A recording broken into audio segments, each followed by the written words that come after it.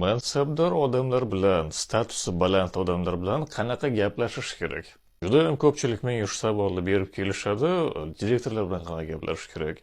Mansabi baland odamlar bilan qanaqa gaplashish kerak deyishadi va men ko'pchilikka tushuntiraman. Bu yerda sizni tushunishingiz kerak bo'lgan odam bunaqa toifadagi odamlar, ya'ni o'sha mansabdor odamlar asosan o'zlariga bo'lgan hurmatli munosabatga o'rganib qolishgan. Bularga bo'lgan munosabat asosan o'sha assalomu alaykum, kezinlar, o'tsinlar, mana to'rga o'tsinlar. Ana shunaqa munosabatda bo'lib kelishgan hamma atrofdagilar, deyarli hamma.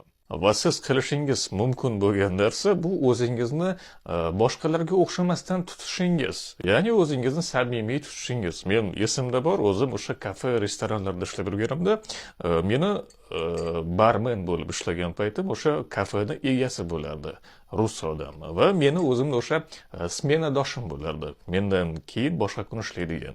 Menga nisbatan u odamni muomalasi boshqacha edi, lekin men o'zimni smenam bo'lmagan payt kelib ishxonaga kelib ishim bo'yicha kelganimda haligi odamni meni smenadoshimga bo'lgan ozgina boshqacha munosabatini ko'rib hayron qoldim. Haligi nima qilsam bo'lmaydi, qiyin shu narsalarni qilib tashlash. Тебе так трудно вот это вот сделать. Что ты не понимаешь deb turib haligi urushish darajasiga borib qolardi. Lekin men bilan gaplashib kelganda biron marta ham tonini ko'tarib men bilan gaplashmasdi. O'shaning uchun sizlarga kerak bo'ladigan narsa bu xotirjam bo'ling.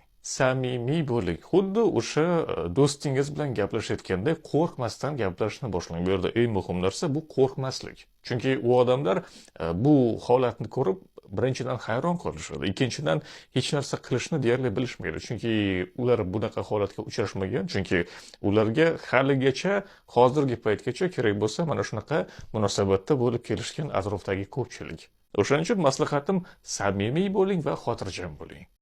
Agar sizga odamlar bilan muloqot qiyin, yangi odamlar bilan tanishuvda qo'rquv, odamlar bilan gaplashishda muammolar bo'ladigan bo'lsa, bu bo'yicha kichkina qo'llanmamizda yo'nalishlar beriladi.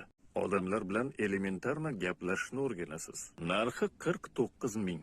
Qiziqqanlar bo'lsa, direktdan qatnashaman so'zini qoldiring.